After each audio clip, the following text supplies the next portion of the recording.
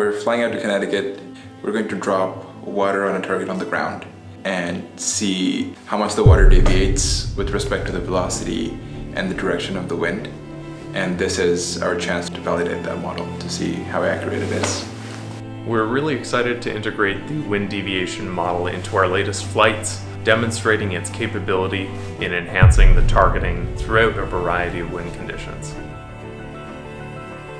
What we're going to do is to train and tune our system using high precision GPS measurements to be able to identify how the aircraft is delivering water on the target, to be able to further improve, refine, and validate the performance of our system in winds.